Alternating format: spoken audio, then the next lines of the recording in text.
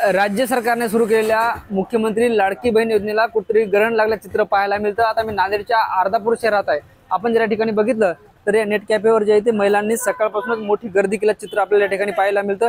खरं तर प्ले स्टोरवरून नारी शक्ती दूध ॲप जे आहे ते डाउनलोडिंग करायचं आणि त्यातून फॉर्म भरायचा।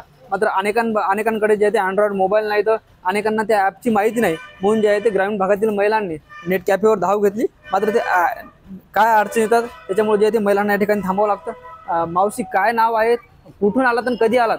देळू नाव आहे साहेबाबाई वामन पुंडगे, राहणार देळू बुद्रुक। तिथून आलेले असं काही 10 वाजल्यापासून अन्न नाही, पाणी नाही, काही नाही। तेव्हापासून बसल्या ते नेट चलना झाले, काही नाही। रोजी बुडून शेणी बसावं लागायलंय, कामधंदे सोडून येवावं लागायले। 2-3 दिवस झाले चक्रा व्हायला, आता काय करावं काही कळत नाही। काय असेच शेतातली रोजी इंधन खुरपण, दुसरं काय गरीबाईला काय कामं राहतात दुसरे? हेच काम निंदायचे, खुरपायचे, दुसरे काय काम येणार? सरकारने एवढी चांगली योजना सुरू केली, महिलांना जे आहे ते दर महिन्याला 1500 रुपये मिळणार आहेत, काय वाटतं?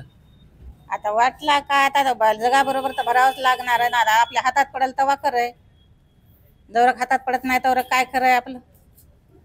जेव्हा आपल्या खात्यावर येतील, आपल्या हातात पडतील तेव्हा खरं आहे। आता जगाबरोबर तर भरणंच आहे ना। येतील म्हणून वाटत नाही का पैसे? आता येतील तर येतील, नाही तर नाही बी येतील, काय सांगावं त्याचं? आपल्या हातात पडल्याशिवाय खरं वाटते का आपल्याला? जेव्हा आपल्या हातात पडेल तेव्हा खरं आहे, अशी विनंती आहे आपली। निश्चितच ह्या महिला होत्या सकाळी 10 वाजल्यापासून या ठिकाणी आहेत, जवळपास आता सायंकाळचे 5 वाजलेत। मात्र अजूनही यांचं जे आहे ते फॉर्म सबमिट झाले नाही, त्यामुळे जे आहे ते यांचं रोजंदारीचं काम बुडते आणि जोपर्यंत पैसे येतील तोपर्यंत काही खरं नाही, अशी शंकाही त्यांनी उपस्थित केली आहे। ज्ञानेश्वर लोंढे, TV9 मराठी, अर्धापूर, नांदेड।